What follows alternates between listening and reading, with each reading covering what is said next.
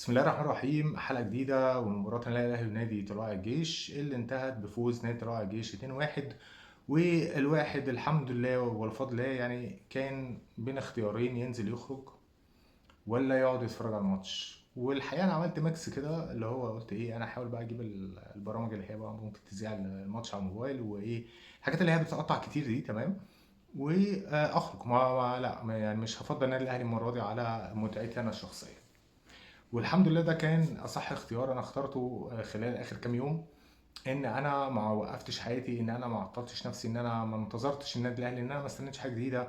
والكره منطق، وزي ما احنا قلنا ان كل حاجه بتشير الى ان كل حاجه خربانه في المنظومه. وقد كان فعلا ان الاهلي بيخسر النهارده عن جداره واستحقاق لفريق طلائع الجيش المحترم المنظم، اللي عنده فكر فني من على الخطوط. كابتن جمعة مشهور، انا يمكن حضرت جمعة مشهور كلاعب كورة في نادي طلائع الجيش ونادي الانتاج الحربي، وكمدرب هو بيفوز الفوز الثاني على التوالي قدام النادي الاهلي بعد ما كسبهم في كاس عاصمة مصر 2-1. بيكسبهم برضه في الدوري بالفول تيم 2-1. النادي الاهلي وهو مركز شباب النادي الاهلي او مركز شباب الاهلي، ما هو مش النادي الاهلي 1907 نادي القرن، لا لا لا. ومش عشان خسرنا برضو، لا، وانت عارفني كويس، انت عارفني كويس وحافظني. يعني اعتقد ان بقالنا 3 مواسم مع بعض بنحلل ماتشات النادي الاهلي. شوف انا كام مره طلعت قلت النادي الاهلي لعب حلو ولعب وحش. اكيد هتلاقي ان لعب وحش دي هي 80% من الاوقات، و20% بقول لك اه والله احنا لعبنا جيم كويس. النادي الاهلي بيبتدي مباراة النهارده في حراسة المرمى بمحمد الشناوي لان عليه دور، بياسر ابراهيم وهادي رياض لان هم الوحيدين الجاهزين، بمحمد هاني لانه صاحب الباك اليمين او مركز الباك اليمين الوحيد بقاله اهو من ساعه ما طلع من 2015 لحد النهارده. كان بيخبط معاه شويه احمد فتحي، ولكن محمد هاني اللاعب الوحيد اللي موجود اللي تقدر تعتمد عليه. ويوسف العمري الباك الشمال الوحيد اللي موجود في النادي الاهلي. نص ملعب ديانج ومروان، وقدامهم امام، على اليمين اشرف بن شرقي، على الشمال تريزيجول، اوكي، وقدام مروان عثمان وتاكا. بناء عليه وتاكا انا مش عارف اصلا هو مروان عثمان ده شاف اوتاكا فعلا، يعني شاف اوتاكا وهو بيلعب ايام المقاولين والاسماعيلي. يا جماعه انتوا، هو اي هبد او خلاص اي اسامي وخلاص ارزع في اي حاجه. يا جماعه اوتاكا ده كان حته لعيب، مهاجم بحقه حقيقي، مهاجم سوبر، مهاجم بيلعب بدماغه ورجليه الاتنين، وسريع وهداف وكل حاجه.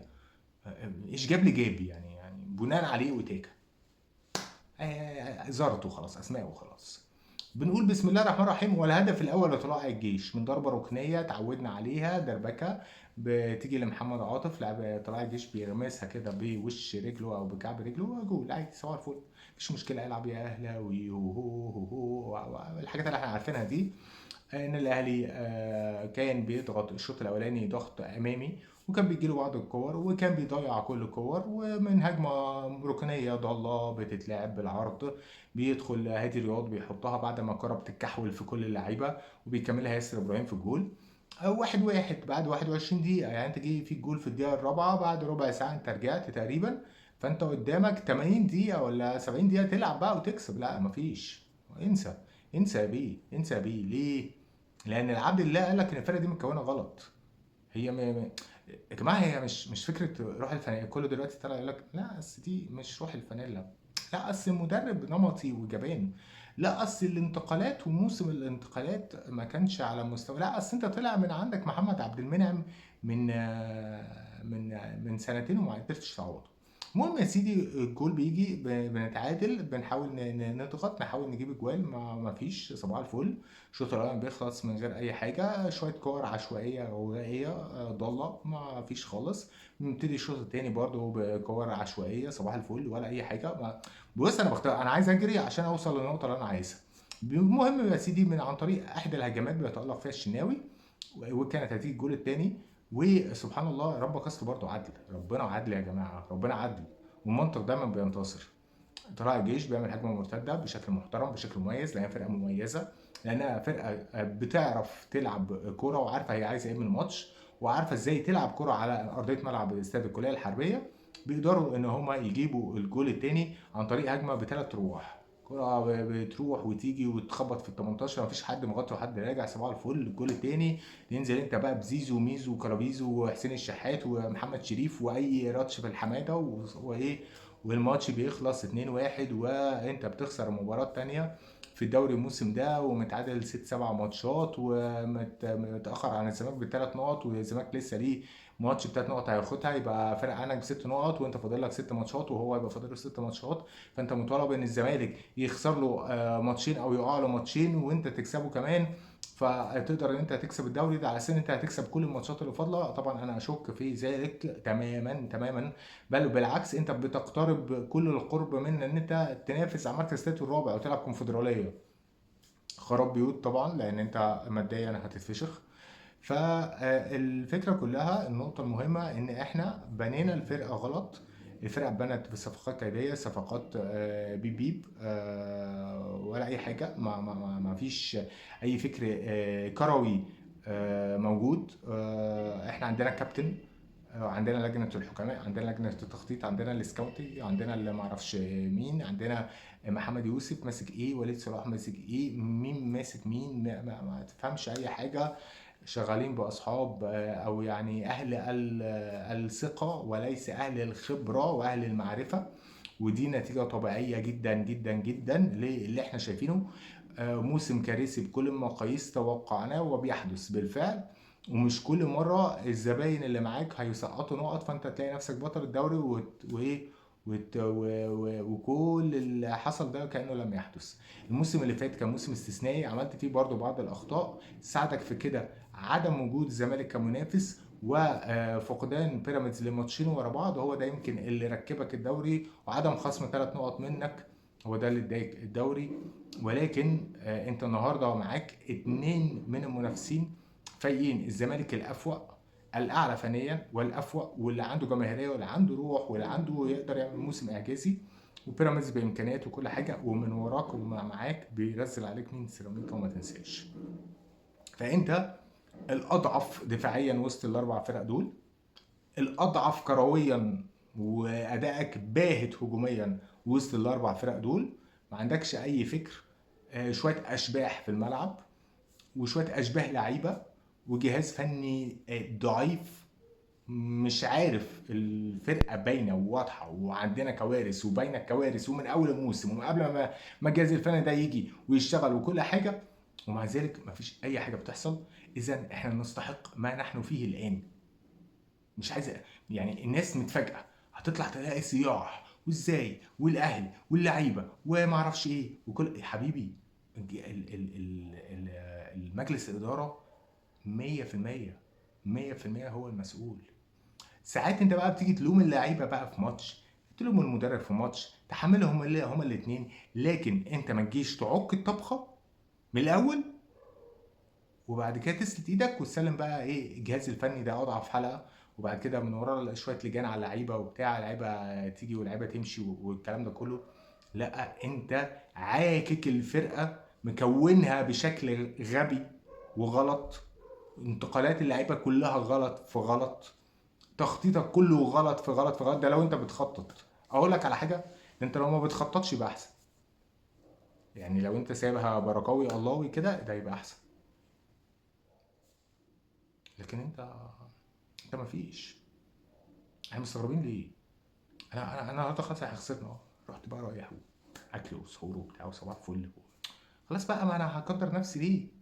ما انا قاعد مستني خساره. يعني انا بالنسبه لي بقى الجديد ان انا اكسب وانا مستريح، بقى السواد الاعظم ان انا بكسب بطلوع الروح وبالحزق، بقى اللي بعديه ان انا بقى بخسر وبتعادل وده بقى عادي. يعني ما بقتش استغرب. نقطه وملحوظه، لعيبه طلائع الجيش عندها حاجه مش عند لعيبه الاهلي، تخيل ايه هي؟ انهم بيعرفوا يستلموا الكوره. تصدق؟ يعني لو انت واحد شواف كده وقاعد بتتفرج على الماتش بهدوء كده خلاص وتشوف هايلايتس، لعيبه طلائع الجيش بتعرف تسيطر على الكوره وتستلم الكوره العاليه والكوره الارضيه احسن من لعيبه الاهلي. ودي اساسيات كره القدم، كيف تستلم الكره وهي تاتي لك عاليه وهي تاتي لك على الارض وهي ما اعرفش بالطب عامله ازاي. انت ما عندكش ده يا بيه، انت ما بتعرفش تستلم كوره. نجوم ايه انت بتدرب على ايه؟ احنا بنروح النادي نعمل ايه؟ احنا بنفتح التتش نضرب فيه ليه؟ ليه بضيع كهربة النادي في اي كلام؟ اللعبه دي فرقه ايه عن اي لعيبه تانية في الدوري؟ حد يفهمني. الفرقه متكونه غلط. الفرقه كلها متكونه غلط يا جماعه، غلط في غلط. مستني ايه؟ متفاجئ ليه؟ ارجو عدم المفاجاه بعد كده، والتعامل مع النادي الاهلي السنه دي على انه نادي بينافس في المربع الذهبي فقط. انت مش هتعرف تاخد دوري ولا افريقيا طبعا طبعا طبعا باللي احنا شايفينه ده طبعا. ما فيهاش. ده انا اسهل اخد الدوري ولا افريقيا، برغم من فرق النقط اللي مع الزمالك، وان الموضوع ما بقاش بايدك. بقيت مستني بقى ايه؟ كادوهات. وده طبعا ده انت لو انت ضامن نفسك، لكن انت مش ضامن نفسك. اقول لك على حاجه تاخدها مني كده بضمان الجوده: الاهلي لو كسب الست ماتشات بتوع الدور الثاني هياخد الدوري بفرق الست نقط دي. بس ده مش هيحصل. مش هيحصل. مش هيحصل اللي حصل السنه اللي فاتت. انسى. مش هتحصل. السنه اللي فاتت كان معاك شويه لعيبه على الأقل يعني كان عندك وسام ابو علي، جراديشار. ده كان مستوى راس الحربه بتاعك. جراديشار وسام ابو علي. انت النهارده عندك كاموش مش موجود، ومروان عثمان اوتيكا هو حامل الاحلام الاهلاويه، ومحمد شريف العفيف مختفي. ما خلاص، جاي شطب، جاي بطل كوره. ده يعني ايه؟ ده مركز واحد. كان عندك رامي ربيعه اللي ما كانش عاجبنا بالمناسبه. انت عندك هيتي رياض وياسر ابراهيم اللي اقل فنيا من رامي ربيعه. كان عندك مروان وديانج. ايه صوت يا مان. مين فين ايه احنا ايه؟ فاحنا لا، احنا فرقه. عندك بقى ايه؟ لعيبه سيلبرتيز بقى. سيلبرتي. بابليك فيجر. عندك بابليك فيجر مثلا زي زيزو، تريزيجيه، بن شرقي. ده بابليك فيجر. ده فيمس مان. هيز ا فيمس مان. ده راجل مشهور. ده كاين لعيب كرة سابق بمنتخب مصر جاي يختم حياته في النادي الاهلي. ده اللي انا حاطط عليه امالي وطموحاتي. الوينجات كلها تلاتينات، فرقه معاشات ان شاء الله. يا جماعه منطق وشويه عقل. احنا بننافس على المربع الذهبي، ونتمنى الوصول للكونفدراليه. ده الامانه. عموما اللي بيحصل ده ما بقاش شيء محزن، لانه بقى شيء منطقي بالنسبه لي. خلاص انا رميت الفوطه. بمنتهى الامانه. يعني بتفرج على النادي الاهلي عشان انا مشجع اهلاوي، لكن انا عشمي في الاهلي ايه؟ زي عشمي ولا بلاش. عموما الواحد طبعا يعني يستنى كده عشان يبقى اهدى ويطلع يتكلم باريحيه اكتر، ويطلع يحاول يعبر عن الميكس اوف فيلينجز اللي جوانا، ان احنا مش مستنيين حاجه غير الستر السنه دي. يا رب استرها معانا فقط، ما بقاش شكلنا زي الخرا. واقصى طموحاتي السنه دي المركز التاني. اديني في الوصيف ارجوك. اشوفكم ان شاء الله في حلقه ماتش الاهلي والترجي، وربنا يستر. السلام عليكم.